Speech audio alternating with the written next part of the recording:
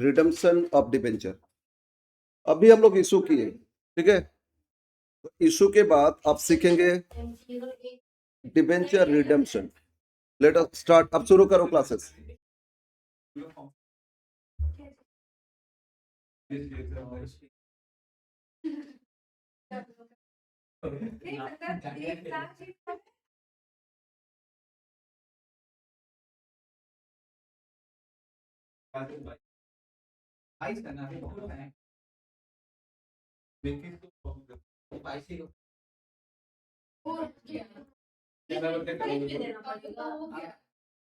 तो चैप्टर का नाम हो गया रिडम्पशन ऑफ डिबेंचर, और ज्यादातर यहीं से क्वेश्चन मिलेगा आपको।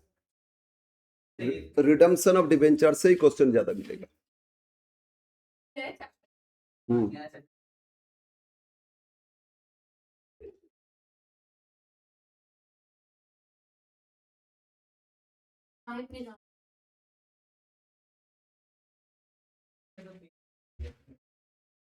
अरे एक एक डिटेल्स होता, लेकिन इतना ये लोग कम टाइम दे दिए, लेकिन आप लोग को प्रॉब्लम नहीं होगा ताकि कवर उतना हो जाए, अटेंड कर पाओ आप।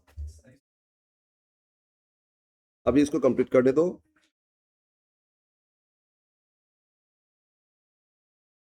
यस। तो रिडम्पशन ऑफ प्रेफरेंस शेयर मतलब क्या था बोलो तो? रिडम्पशन ऑफ प्रेफरेंस शेयर का मतलब क्या था?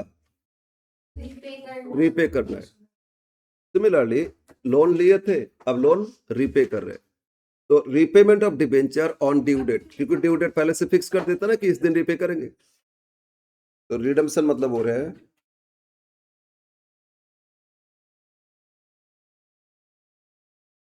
Redemption of debentures.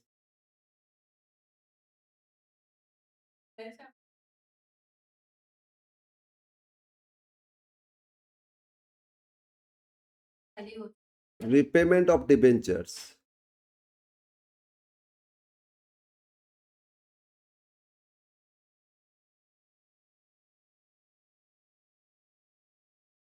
repayment of debentures on due dates, that is redemption of debenture। तो रिडम्पशन कैसे कर सकते? Point B,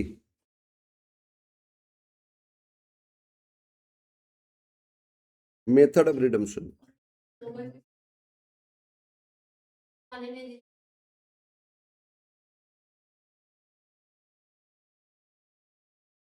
method of redemption.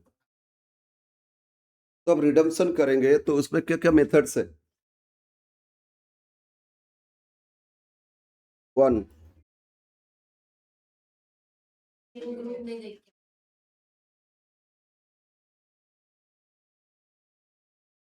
Redemption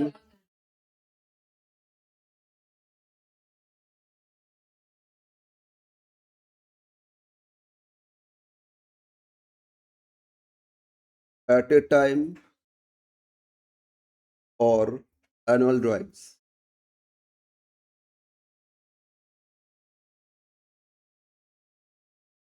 redemption at a time, annual drawings मतलब annually, जैसे अभी कहते हैं ना पार्ट पार्ट करके रिडम्पशन कर रहे हैं। तो पार्ट पार्ट करके इंस्टॉलमेंट बेसिस पे कर सकते हैं, या एट ए टाइम पूरा कर सकते हैं। एनुअली कर रहे हैं ना, इसलिए एनुअल ड्राइंग्स बोलते हैं। Second,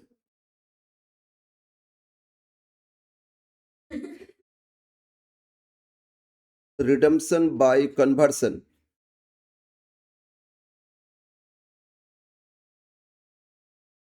conversion into other securities. जब रिपेमेंट डेट आया तो कंपनी के पास फंड नहीं है, पैसा नहीं है। कंपनी ऑफर किया आपको, हाँ रिडीमेबल होगा तभी ऑफर कर सकता है कि आप इसको ना हम शेयर दे देंगे आपको, बदले में पैसा नहीं देके शेयर दे देंगे, ठीक है। तो ये हो गया क्या? आपका जो डिबेंचर उस शेयर में कन्वर्ट हो गया, तो डिबेंचर तो क्लोज हो गया ना, दैट इज रिडम्पशन। तो redemption by conversion. Third, third हो गया आपका open market operation. Open market operation और क्वेश्चन यहीं से ज्यादातर देता है, इंपॉर्टेंट है। ओपन मार्केट ऑपरेशन क्या होता है? डिबेंचर इशू किए, मतलब एक कंपनी अपना डिबेंचर इशू किए, कितना 10 करोड़ का डिबेंचर इशू किए, अमाउंट 10 करोड़, तो नंबर ऑफ डिबेंचर्स होगा ह्यूज। अब सभी डिबेंचर होल्डर्स के पास है और 5 साल बाद रीपे करना है, लेकिन 2 साल बाद देखे कंपनी के पास अच्छा प्रॉफिट आ गया ह्यूज, ठीक है, तो क्यों 5 साल तक वेट करे, अभी रीपे कर देते। ऐसे नहीं कर सकते, बोल दिया ना 5 साल बाद रिडम्पशन करेंगे। तो कंपनी मार्केट से ही डिबेंचर होल्डर से खरीद लेता है, क्योंकि डिबेंचर तो मार्केट में बेचता रहता है ना, बोलो जैसे शेयर मार्केट में परचेस सेल होता रहता है, तो डिबेंचर होल्डर से कंपनी खुद अपना ही जो डिबेंचर्स है मार्केट से खरीद लिए। अरे मान लो आप एक company Reliance industries debenture issue किए थे, मैंने डिबेंचर खरीदे थे, और 2 साल बाद हम मार्केट में देखे डिबेंचर का वैल्यू थोड़ा बढ़ गया तो बेच दिए, तो 2 साल तक तो इंटरेस्ट भी मिला और बेच दिया, पैसा भी मिल गया हमको।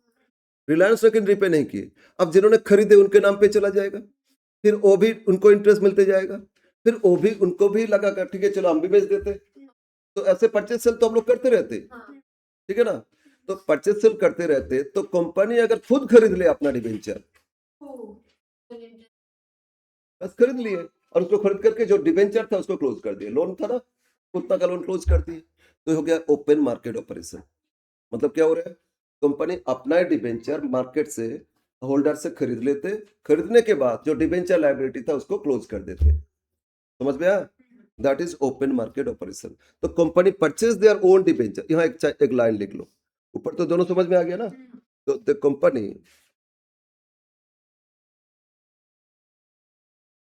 Company purchase their own debentures, company purchase their own, own मतलब अपना जो डिबेंचर्स है, किसी और कंपनी का नहीं, अपना कंपनी का डिबेंचर्स, ओन डिबेंचर्स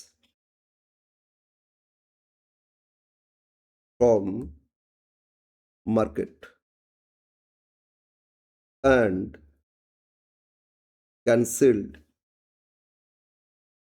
डिबेंचर्स, खरीद करके डिबेंचर को क्लोज कर दिए, उतना डिबेंचर तो रिपे हो जाएगा ना, बस यह था open market operation. Due date अभी टाइम है, इंटरेस्ट देना पड़ेगा, उससे अच्छा मार्केट से अगर कुछ खरीद ले उतना तो रिडम्पशन कर ले। यहाँ एक चीज है, यहाँ पूरा हो ही नहीं सकता, सब कोई बेच देगा ऐसा थोड़ी है, कुछ होल्डर होल्ड करेगा, कुछ होल्डर बेच देंगे, जितना भी बाई करेंगे कंपनी, ठीक है ना, उतना ही कंपनी क्लोज कर देगी। नेक्स्ट डी, एक और मेथड, अरे पहले 2 हुआ था, सी हो गया, अब डी, ये भी इंपॉर्टेंट है।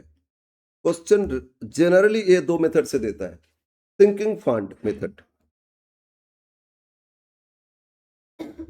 सिंकिंग फंड मेथड, ठीक है, last method is sinking fund method. तो कंपनी क्या करते हैं सिंकिंग फंड में, जैसे आज हम किसी से लोन लिए 10 लाख, तो 10 लाख और बोले आपको 5 साल बाद ये लोन रीपे कर देंगे, तो आज लोन ले लिए कितना, 10 लाख, और ये भी दिए कि हर साल आपको 9% इंटरेस्ट देते जाएंगे और 5 साल बाद आपका 10 लाख लोन भी रीपे कर देंगे, तो बोलो आज लोन क्यों लिए मैंने,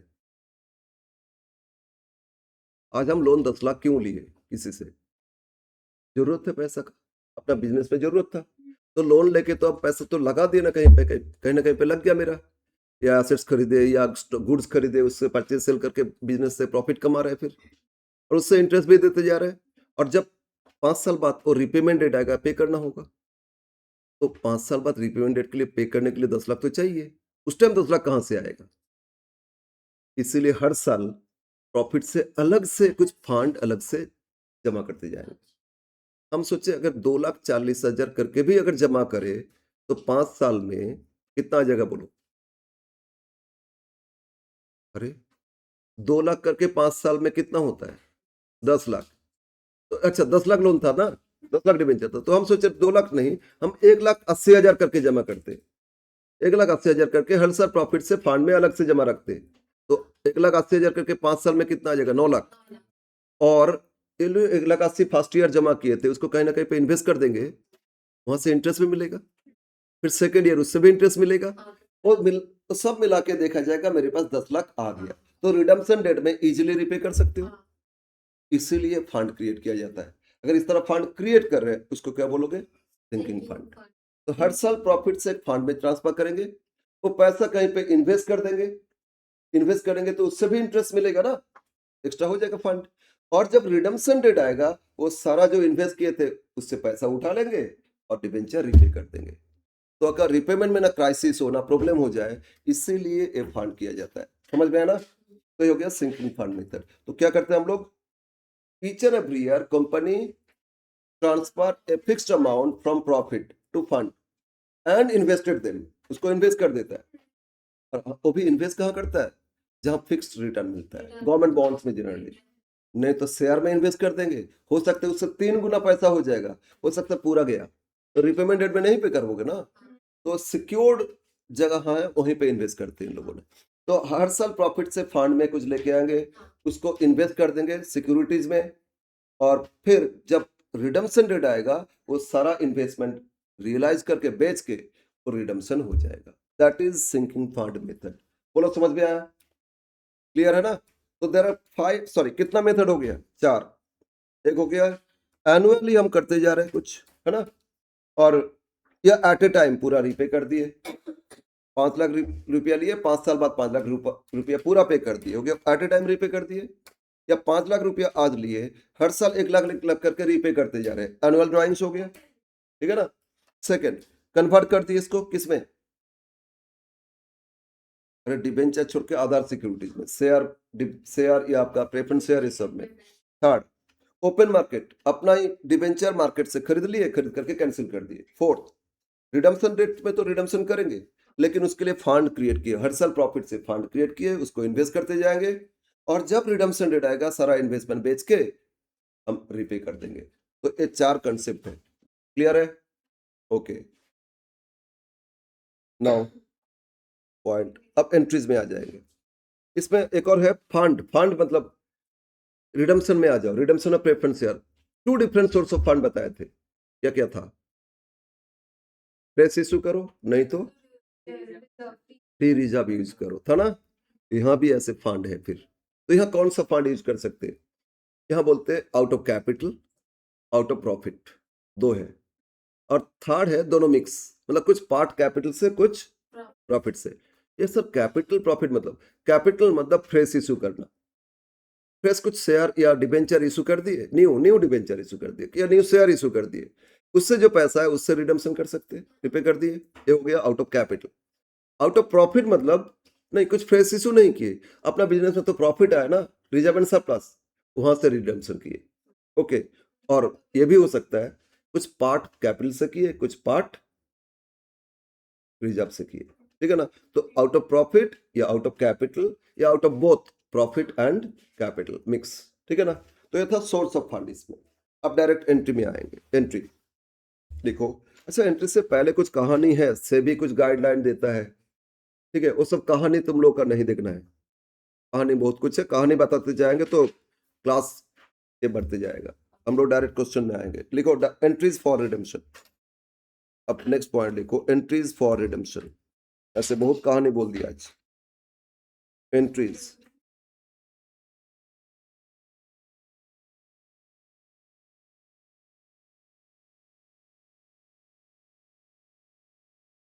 एंट्रीज फॉर रिडेम्पशन।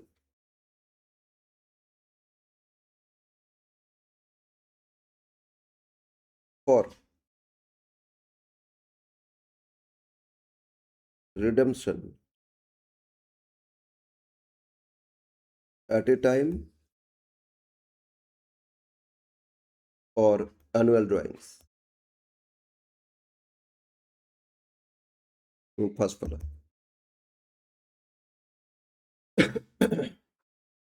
ये दोनों एक साथ क्यों कर रहे हैं? एट ए टाइम पूरा रिपे करेंगे तो रिपेमेंट डेट में जो एंट्री होगा, पार्ट पार्ट करके करेंगे तो 5 बार वही एंट्री करना होगा, 5 बार में रिपे करेंगे तो एंट्री तो सेम होएगा ना। तो इसीलिए एक साथ कर रहे हैं। एंट्री क्या करोगे? एक,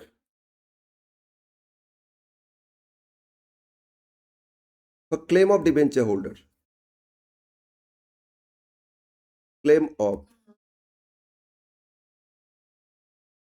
डिबेंचर होल्डर्स। जब ड्यू डेट आ गया, रिडेम्पशन डेट आ गया, तो देखेंगे डिबेंचर होल्डर्स का क्लेम कितना, ठीक है। और क्लेम ऑफ डिबेंचर होल्डर्स, इसमें सेबी गाइडलाइन के हिसाब से कुछ है डिफरेंट, बट अब लोग का है जो उसमें हमारे उसमें डीआरआर क्रिएट करना होता है, डिबेंचर रिडेम्पशन रिजर्व इन्वेस्ट करना होता है, कुछ रूल्स है, कुछ कंपनी के लिए करना होगा, कुछ कंपनी को डीआरआर नहीं करना होता है, कितना करोगे, कितना और कितना इन्वेस्ट करोगे, ये सब रूल्स है सेबी गाइडलाइन के हिसाब से, बट अब लोग का ये नहीं है, सिंपल करते जाओ। क्लेम ऑफ होल्डर्स तो एंट्री करोगे debenture debit, percentage debentures account debit. अगर प्रीमियम में रिडेम्पशन हो रहा है तो प्रीमियम ऑन रिडेम्पशन डेबिट,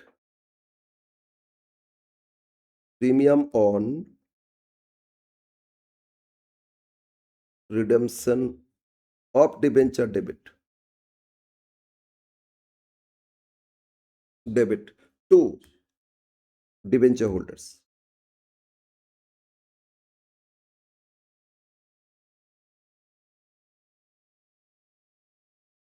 तो एंट्री क्या करोगे, डिबेंचर अकाउंट डेबिट, तो इसमें क्या आएगा, फेस वैल्यू, फेस वैल्यू, और जितना प्रीमियम में रिडम्पशन करेंगे, रिडम्पशन प्रीमियम,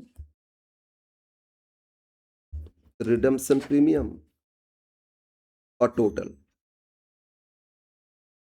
क्या एंट्री करोगे, debenture debit, premium on redemption debit to holders. याद करो प्रेफरेंस में भी तो ही करते थे, preference share capital debit, redemption premium on redemption preference share debit to preference share holders लिखते थे ना, तो बस वही एंट्री हो गया इसमें, ठीक है। नेक्स्ट, अब होल्डर्स को पे करोगे, second for payment to holders, और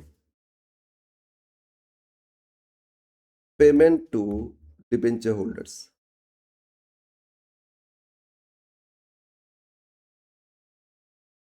for payment to debenture holders. अब होल्डर्स को रीपे कर रहे हो तो बोलो एंट्री क्या पास करोगे, holders to bank, reference holders को पे कर रहे थे ना, होल्डर्स टू बैंक एक ही जैसा है, रिडेम्पशन ही तो है, तो लिखो debenture holders to bank,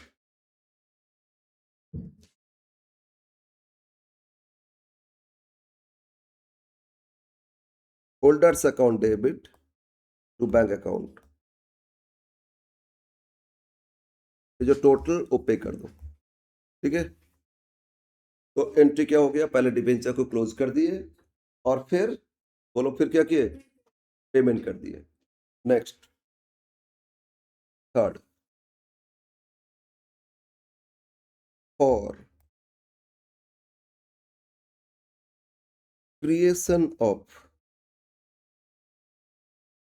general reserve,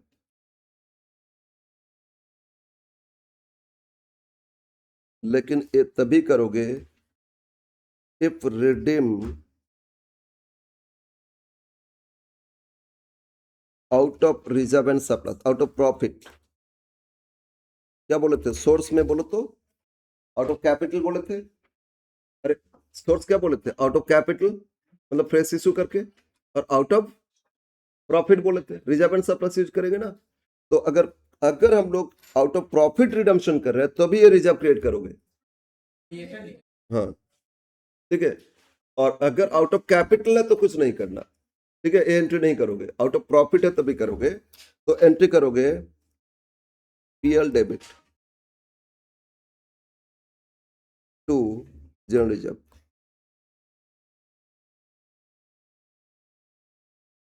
PL debit to general reserve, जितना भी रिडम्पशन के फेस वैल्यू उतना का, जितना रिडम्पशन के फेस वैल्यू उतना रिजर्व में ट्रांसफर करोगे। बट सेबी गाइडलाइन कुछ और बोलते हैं, थोड़ा सा वो डिस्कस करेंगे, अब लोग का वो सब नहीं देगा, फिर भी थोड़ा सा डिस्कस करना है।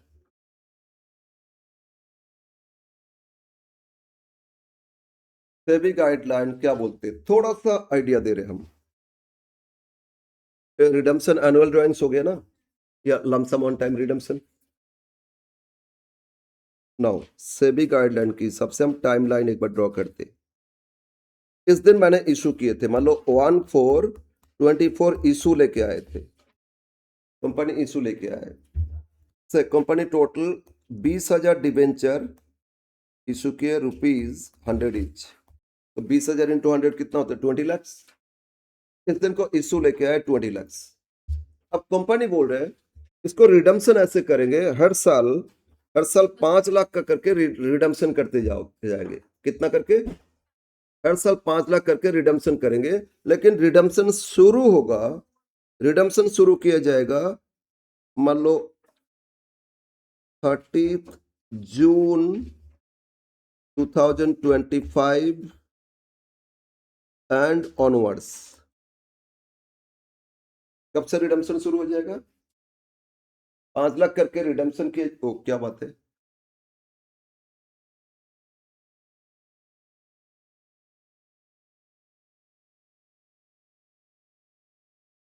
ठीक है, ओके। हर साल हम रिडेम्पशन करते जाएंगे 30 जून 25 ऑनवर्ड से, हर साल 5 लाख करके।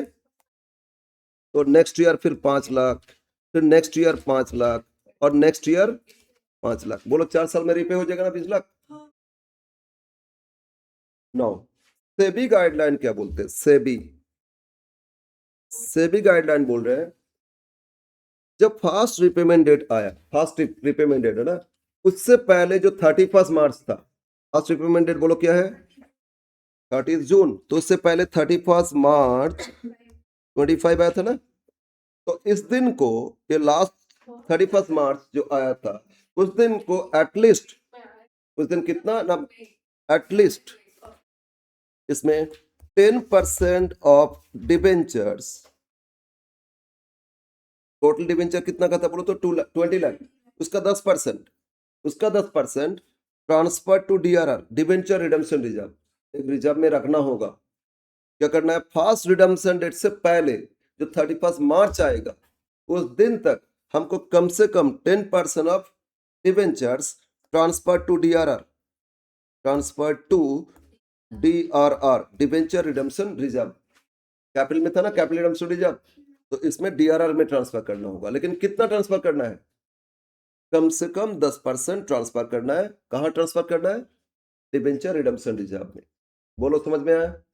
नाउ अब जब रिडम्पशन हो जाएगा, जैसे इस दिन को 5 लाख रिडम्पशन किए, तो जितना भी डीआरआर क्रिएट किए थे, जितना रिडम्पशन हो गया, रिडम्पशन के बाद प्रोपोर्शनली उतना डीआरआर से ट्रांसफर कर देंगे। कहां? जनरल रिजर्व में। अरे डीआरआर तो स्पेसिफिक रिजर्व था, आफ्टर रिडम्पशन वो फ्री हो जाएगा, उसको जनरल रिजर्व में ट्रांसफर करेंगे। ये बताए कि जस्ट रिडम्पशन से पहले प्रॉफिट से डीआरआर में ट्रांसफर कर दो, और रिडम्पशन के बाद जितना प्रोपोर्शनल रिडम्पशन हो गया, उतना proportionally amount debenture redemption reserve से जनरल रिजर्व में ट्रांसफर कर दो।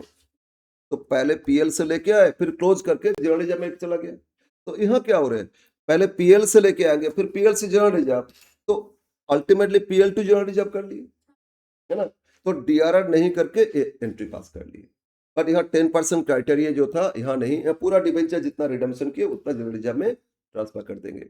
ठीक है, ये था आपका एंट्री फॉर रिडम्पशन, और वन टाइम या लमसम इंस्टॉलमेंट में रिपे करेगा तो। ठीक है, यस। नाउ अच्छा, जैसे इसमें 5 लाख करके हो रहा था, अगर देख लेते हैं इसमें 10% ऑफ 20 लाख कितना था? 2 लाख क्रिएट किए थे, 2 लाख क्रिएट किए थे ना। तो इसको बोलो कितना इंस्टॉलमेंट में? 1 2 3 4 इंस्टॉलमेंट में रिपे किए। तो फर्स्ट ईयर में 5 लाख रिपे हो गया आउट ऑफ 20, मतलब कितना? 1/4। तो 2 लाख का 1/4 कितना होता है? 1/4 50,000। 50,000 इस टाइम रिडम्पशन जब हो जाएगा 30 जून को, है ना, 5 लाख रिडम्पशन हो जाएगा, तो 2 लाख जो डीआरआर था उसमें से 50,000 जनरल रिजर्व में ट्रांसफर कर देंगे। तो डीआरआर में कितना रहेगा? 150। फिर नेक्स्ट ईयर फिर 5 लाख रिपे हो गया, तो नेक्स्ट ईयर जब 5 लाख फिर रिडम्पशन हो जाएगा, फिर 50,000 डीआरआर से जनरल रिजर्व में ट्रांसफर कर देंगे, है ना। तो फिर डीआरआर में कितना रहेगा? 1 लाख रहेगा। फिर नेक्स्ट ईयर 5 लाख रिपे किए, तो फिर 50 डीआरआर से जनरल रिजर्व ट्रांसफर करेंगे, तो 50 बचेगा। और लास्ट जब फाइनल रिडम्पशन हो गया, तो सारा पर्पस कंप्लीट, जो बैलेंस डीआरआर था उसको भी ट्रांसफर कर देंगे। हाँ, रखना है, से भी बोल दिया रखना है, बस रखो, रिडम्पशन के बाद जनरल रिजर्व में ट्रांसफर कर दो, फ्री कर दो उसको। ठीक है, समझ में आया? तो सेबी गाइडलाइन के हिसाब से है। नाउ फिर इन्वेस्ट करोगे तो 15% ऑफ नेक्स्ट रिडम्पशन, जो रिडम्पशन है ना उसका 15% हमको इन्वेस्ट करना होगा। ये सब रूल्स है, लेकिन वो आप लोग का कुछ नहीं देगा। आप लोगों का क्वेश्चन जैसे रहेगा उसको ही करते हैं, ठीक है। तो क्या करोगे, क्लोज कर दो, पहले डिबेंचर्स को क्लोज कर दो, फिर पेमेंट कर दो, और पेमेंट करने के बाद जनरल रिजर्व क्रिएट करोगे। अगर आउट ऑफ प्रॉफिट है तो कुछ फ्रेश इशू करके रिडम्पशन करे तो एंट्री नहीं करना। आउट ऑफ प्रॉफिट है तो पीएल टू जनरल रिजर्व कर लोगे, ठीक है। यस, ये था फर्स्ट केस। अब आ जाते हैं सेकंड केस, और conversion, redemption by conversion. Entries for second case देखो, B, redemption by conversion.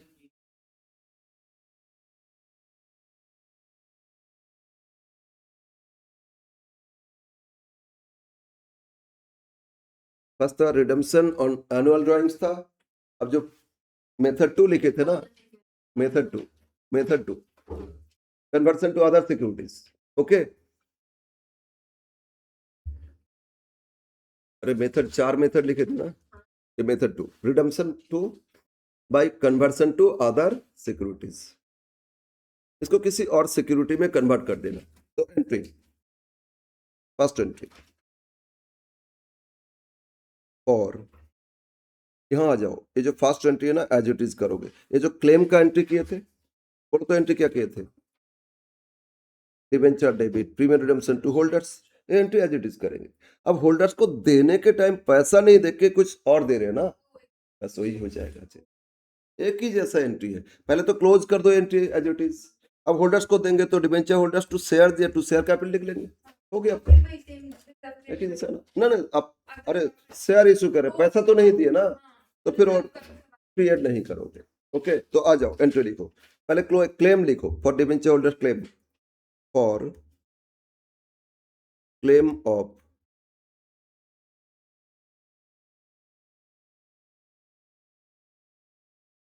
Debenture holders.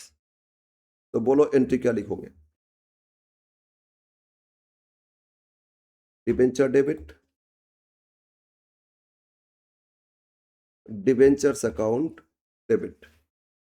और क्या लिखोगे, अगर premium redemption, premium on redemption of debentures debit,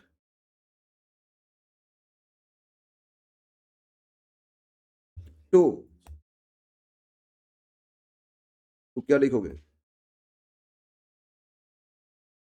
to debenture holders account, debenture debit premium on redemption debit to debenture holders.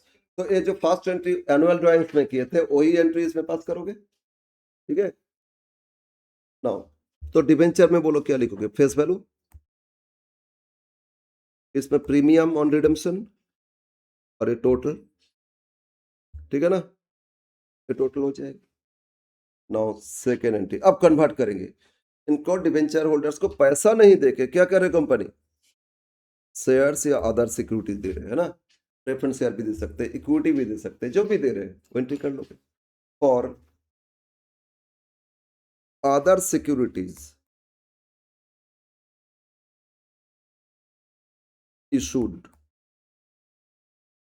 to debenture holders,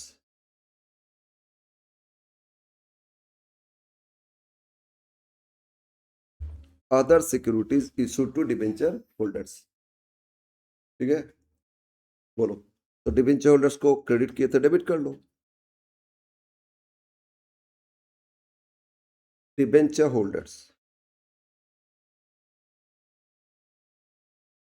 account debit, ये जो total claim था ना वो debit कर लोगे।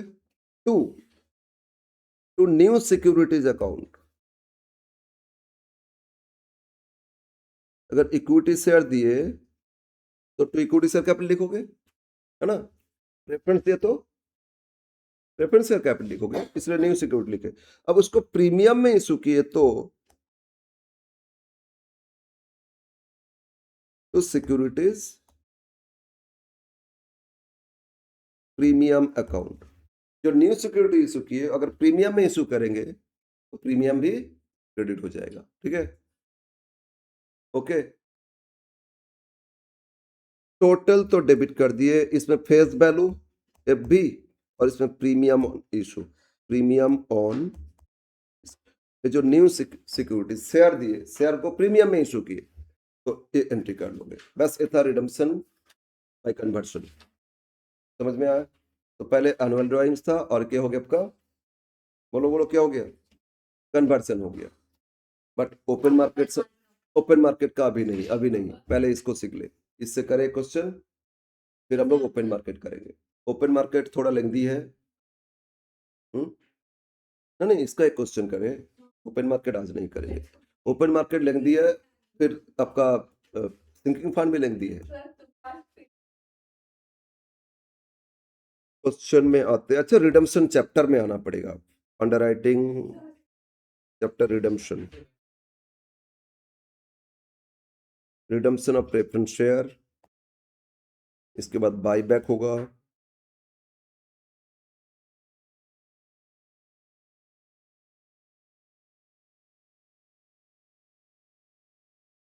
बाईबैक ऑफ शेयर्स, और फिर buyback के बाद होना चाहिए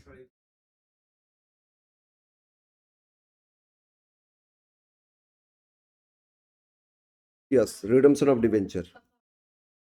तो इसमें आते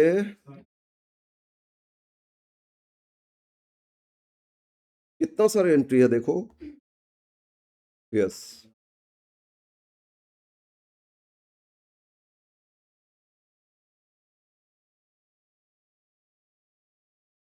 पेज है आपका 69, page 69।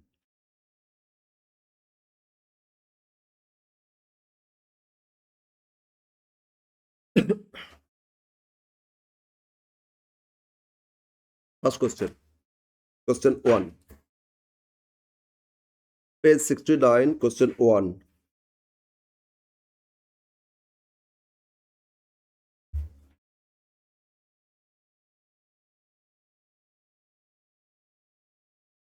K Limited issued on 1/4/17 2000 10% debenture 100 each at a discount कितना 5%, but repayable after 8 years at a premium कितना, ये भी 5%।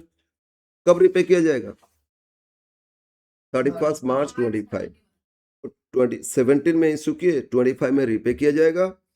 और the debenture were repaid at a premium 5% and pass entries for issue and redemption.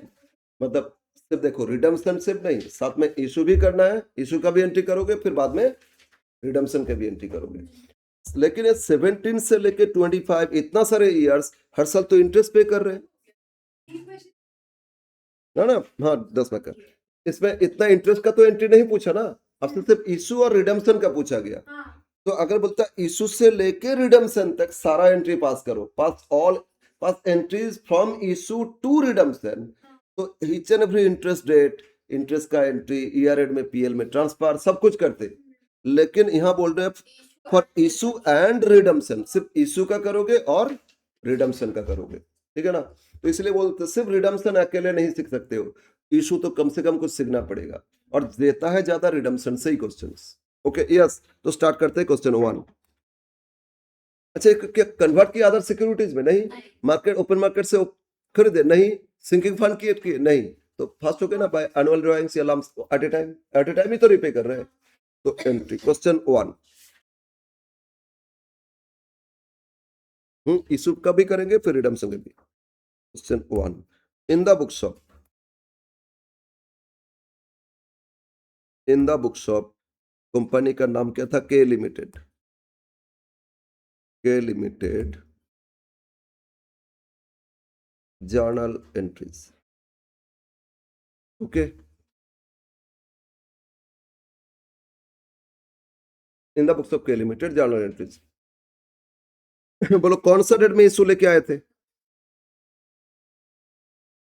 1/4/17 है ना, 1/4/17 कितना issue लेके आए, 2000 डिवेंचर्स, 100 रुपीज है, लेकिन डिस्काउंट में इशू लेके आए 5%, और आगे 8 साल बाद रिडम्पशन भी करना होगा प्रीमियम में। क्या बोलते हैं, इशू के टाइम जो प्रीमियम और रिडम्पशन वो भी तो देखना होता है। Loss on issue to premium redemption लिखते हैं ना, तो एंट्री उसमें लिखो, एंट्री इशू का हो जाएगा। बोलो एंट्री क्या लिखोगे? Bank account debit. अच्छा, डेट था 1/4/2017। Bank account debit, discount on issue debit,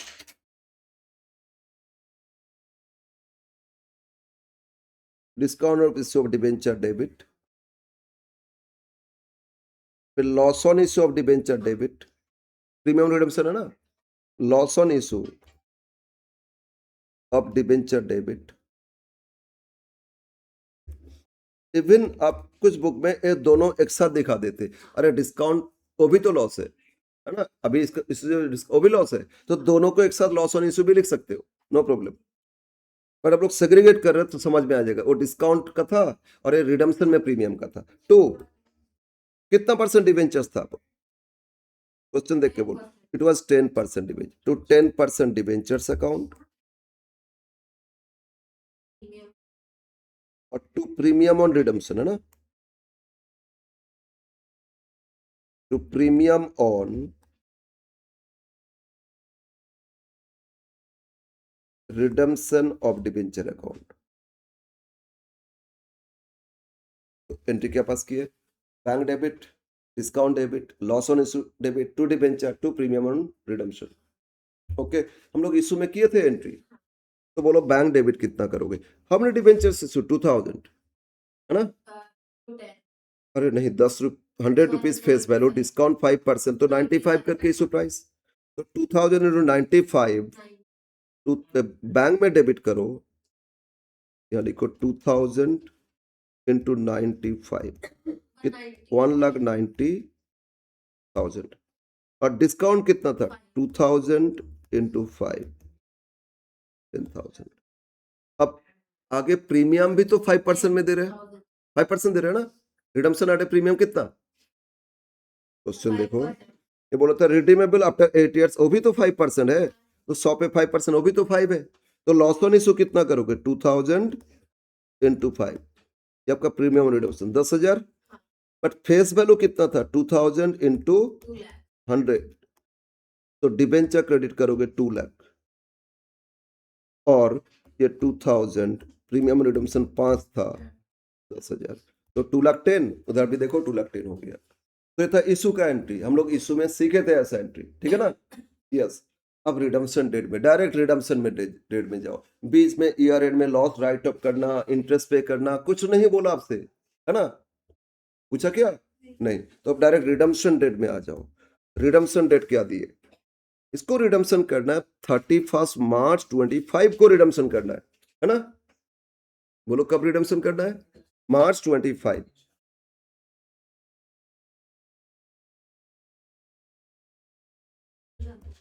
31 March 2025। Okay, क्या?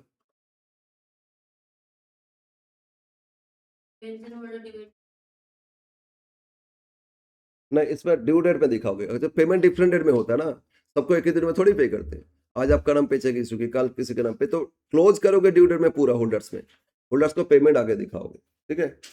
नेक्स्ट लिखो। ये था 10% डिवेंचर्स। अच्छा, सारा डिवेंचर एक साथ रिडम्पशन हो रहे हैं या पार्ट पार्ट करके रिडम्पशन हो रहे हैं? मतलब टोटल रिडम्पशन हो रहे हैं, पूरा रिडम्पशन हो रहे हैं ना एट ए टाइम, तो एंट्री करो 10% debenture debit,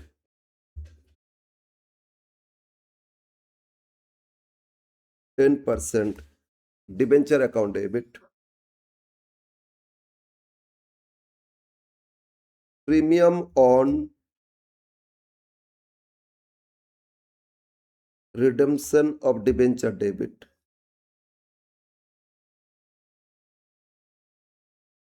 to debenture holders,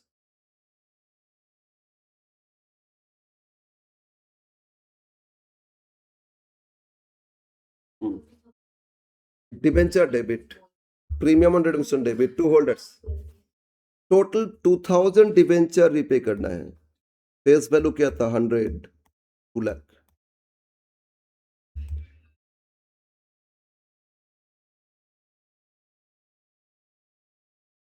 2000 into 100, ये कितना आया 2 लाख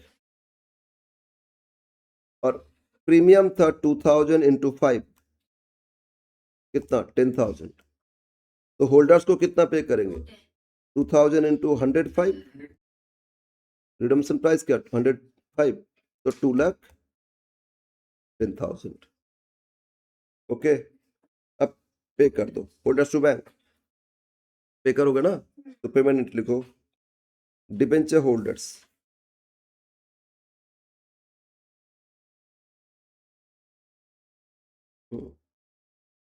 एक्चुअली जिस दिन ड्यू डेट आता है सबको होल्डर्स में ट्रांसफर कर देते कंपनी अब पेमेंट सबका डिफरेंट डेट में आता है लॉजिकली इसलिए अलग अलग होता है ठीक है यहाँ डेट बोला नहीं तो कौन सा डेट किसको पे किए बोला नहीं ना सेम डेट में सब लिखते जाओ holders debit to bank debenture holders debit to bank account पूरा पे कर दो 2 लाख 10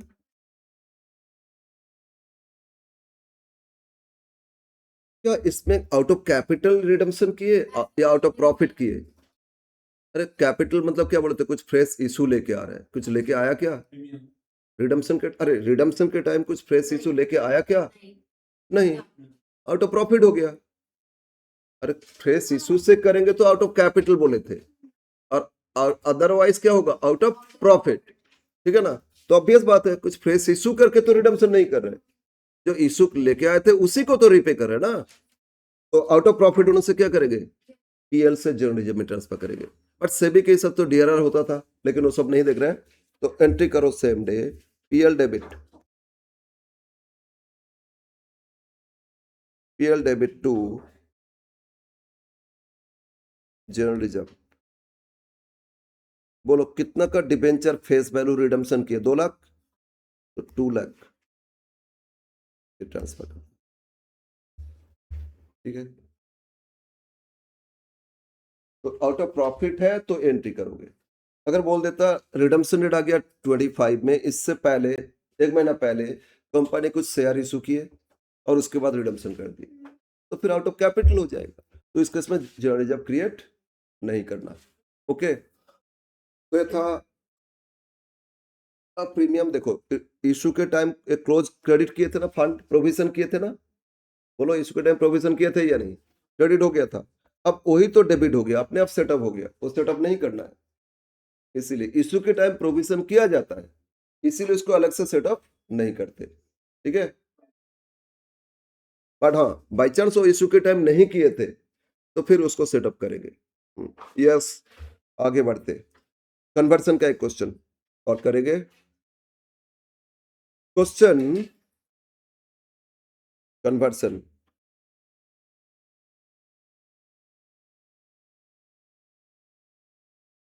तो जरूरत नहीं है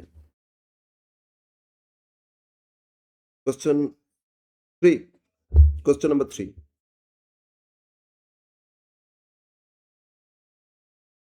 और 4 तो ओपन मार्केट का है ना 4 ओपन मार्केट का है तो क्वेश्चन 3 5 ओपन मार्केट में ना मार्केट क्या बोले थे ओपन मार्केट बोलो तो मार्केट से अपना ही डिबेंचर खरीदते इन्वेस्टमेंट लेजर में आ जाओ खरीद रहे थे सेल कर रहे थे तो इंटरेस्ट कम इंटरेस्ट एक्स इंटरेस्ट प्राइस था ना हाँ ऑब्वियसली वहां भी तो था इन्वेस्टमेंट कर रहे थे तो वही कॉन्सेप्ट इसमें भी लगेगा लेकिन इसमें इन्वेस्टर्स का बुक में एंट्री करना है ठीक है यस इसमें कंपनी का बुक में करना है ठीक है ना यस तो क्वेश्चन नंबर कितना बोले 3 क्वेश्चन 3 पढ़ो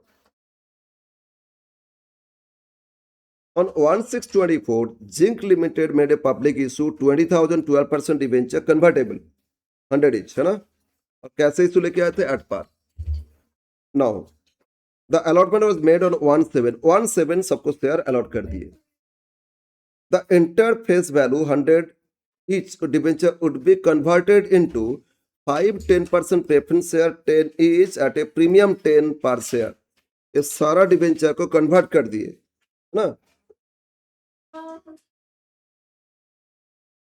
टोटल डिबेंचर को कंपनी क्या किए कन्वर्ट कर दिए किस में कन्वर्ट कर दिए बोलो बोलो प्रेफरेंस शेयर में कन्वर्ट किए और उसमें प्रीमियम में 10 रुपए का शेयर 10 रुपए प्रीमियम एक्चुअली 20 रुपया इशू प्राइस हो गया प्रेफरेंस का कन्वर्ट कर दिए और December 31st December the conversion was made after payment of interest for 6 months. तो कन्वर्सन कब हुआ? दिसंबर में हुआ ना। ओके, तो इसमें एंट्री करना पास एंट्रीज, तो हम लोग इशू से लेके ईयर एंड तक, कन्वर्सन तक सारा एंट्रीज करेंगे।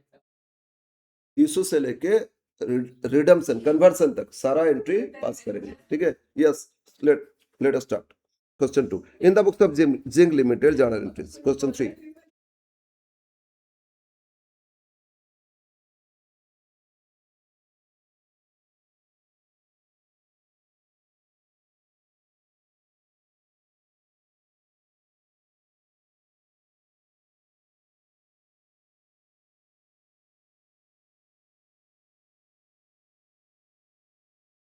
In the books of zinc limited journal entries. तो इसमें भी इशू से लेके कन्वर्सन तक है ना, बट इसमें इंटरेस्ट रेट में इंटरेस्ट भी पे करना, सब कुछ करोगे। तो यस, स्टार्ट करते। कितना डिबेंचर इशू किए थे? 1 जून को इशू किए थे ना, 20,000, 100 is at par. But problem, सबको डिबेंचर अलॉट कब किए? 1/7। तो डिबेंचर एप्लीकेशन रिसीव एंट्री करेंगे और फिर 1 मंथ आफ्टर सबको डिबेंचर इशू कर देंगे। 2 एंट्री था ना, एप्लीकेशन रिसीव फिर ट्रांसफर टू डिबेंचर। तो एंट्री करो, 1 जून को रिसीव एंट्री करो। 1 जून 1/6/2024 कौन सा डेट में था? यस, 1/6/24। 20,000 डिबेंचर 100 इच इशू लेके आए थे, तो एंट्री करो bank to debenture application, bank account debit to debenture application account, ठीक है। कितना डिबेंचर इशू लेके आए थे? एक्स्ट्रा प्रीमियम, एक्स्ट्रा एप्लीकेशन आया था क्या? नहीं। तो 20,000 एट पार मतलब 100 इच, ये 20 लाख होता है। 20,000 इंटू 100 कितना हो जाएगा? 20 लाख। तो एप्लीकेशन मनी रिसीव्ड हो गया, ठीक है ना। क्या इसमें एक्स्ट्रा एप्लीकेशन मनी आया? नो। अब इसको अलॉट अलॉट कर देंगे डिबेंचर, है ना। तो अब डिबेंचर इशू करो। नेक्स्ट एंट्री 1/7 को डिबेंचर दे रहे हैं ना, तो 1/7/24 debenture application debit to, extra होता तो रिफंड भी करते ना, वो नहीं है इसमें। टू कितना परसेंट डिबेंचर्स था? 12%। तो 12% डिबेंचर्स, प्रीमियम तो नहीं है ना, बस डिबेंचर्स हो जाएगा। तो 820 लाख, 20,000 इंटू 100, तो 8 डिबेंचर अलॉट हो गया। कितना? 20,000 debenture at the rate of 100। हाँ, प्रीमियम होता तो टू सिक्योरिटीज प्रीमियम भी लिखते, प्रीमियम नहीं है तो ये कंप्लीट हो गया। बोलो, इशू का एंट्री कंप्लीट, समझ में आया? इजी तो था। अब रिडम्पशन डेट में आ जाते। कब रिडम्पशन हो रहे? क्वेश्चन 1 जून को इशू लेके आए थे, अलॉटमेंट 1 जुलाई को कर दिए थे, और कंपनी फिर क्या कर रहे हैं? कन्वर्टेड इनटू 5 मतलब एक के बदले में 5 शेयर देंगे।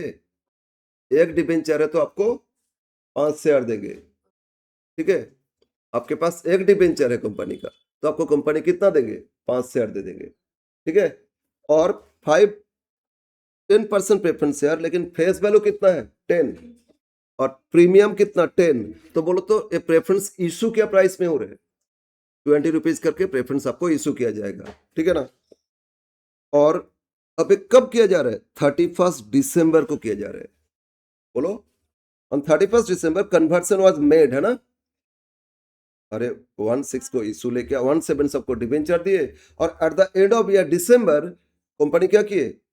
कंपनी इसको कन्वर्ट कर दिए। किस में कन्वर्ट किए? प्रेफरेंस शेयर में। लेकिन उस दिन तक इंटरेस्ट पे करने के बाद कन्वर्ट किए, तो इंटरेस्ट का भी एंट्री करोगे। तो इंटरेस्ट का एंट्री 31 दिसंबर, पहले इंटरेस्ट पे करो फिर कन्वर्ट करोगे। 31 दिसंबर 24। हाँ, बोल दिया ना उस दिन। अरे पूरा डिबेंचर रहा ही नहीं, ये तो बोला नहीं था कि 5 साल बाद रिडम्पशन होने वाला था, ऐसा तो नहीं है ना। तो इसीलिए 6 महीने का तो इंटरेस्ट देंगे, इसके बाद तो डिबेंचर ही नहीं रहेगा। एंट्री लिखो, interest on debenture, interest on debenture account debit to bank, direct लिख देंगे आप यहाँ, क्योंकि इसी दिन को इंटरेस्ट देके ही तो हमको रिडम्पशन करना है। Interest on debenture to holders, फिर होल्डर्स टू बैंक, यही तो करते थे। और टीडीएस तो टू टीडीएस भी लिखते थे, या तो टीडीएस के बारे में कुछ दिया ही नहीं, तो एंट्री क्या करोगे, एक साथ एंट्री कर दो, interest on debenture debit to bank. बोलो नॉमिनल वैल्यू ऑफ डिबेंचर कितना का इशू किए थे, 20 लाख। रेट ऑफ इंटरेस्ट क्या था, 12%। कितना दिन का, 6 महीने की तो हो रहे ना। अलॉटमेंट डेट क्या था, 17 से लेकर दिसंबर, कितना, 6 मंथ्स, तो 6 महीने का इंटरेस्ट पे कर दो, ठीक है। कितना हो रहा है, 12,000,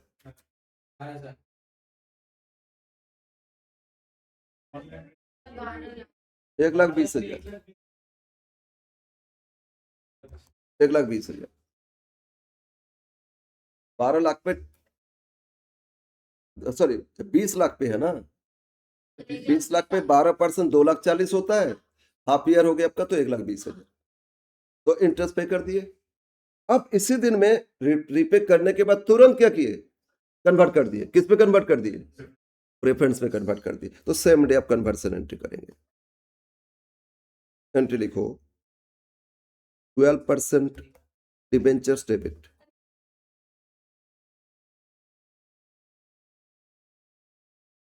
टू डिबेंचर होल्डर्स।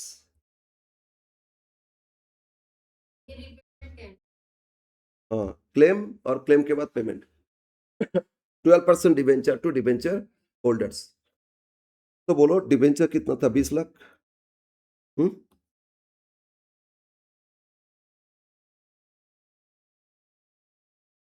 20,000 100 था ना।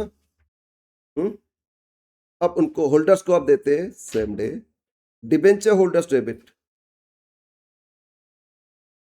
Debenture holders account debit to, ये तो 20 लाख है ना, लेकिन उनको क्या दे रहे, एक प्रेफरेंस क्या दे रहे, प्रेफरेंस में देखो तो कितना परसेंट प्रेफरेंस बोले थे, 10% to 10% preference share capital, 10% preference share capital account and to securities premium, क्योंकि प्रेफरेंस शेयर प्रीमियम में इशू किया जा रहा है। समझ में आया, ओके। अब बोलो, एक के बदले में 5 प्रेफरेंस दे रहे ना, एक डिबेंचर के बदले में कितना प्रेफरेंस दे रहे, 5, तो बोलो 20,000 इंटू 5 करो, 1 लाख, तो इनको कितना प्रेफरेंस शेयर दिया जाएगा, 1 lakh preference share. Face value क्या बोले थे, 10, तो 10 लाख हो गया कैपिटल,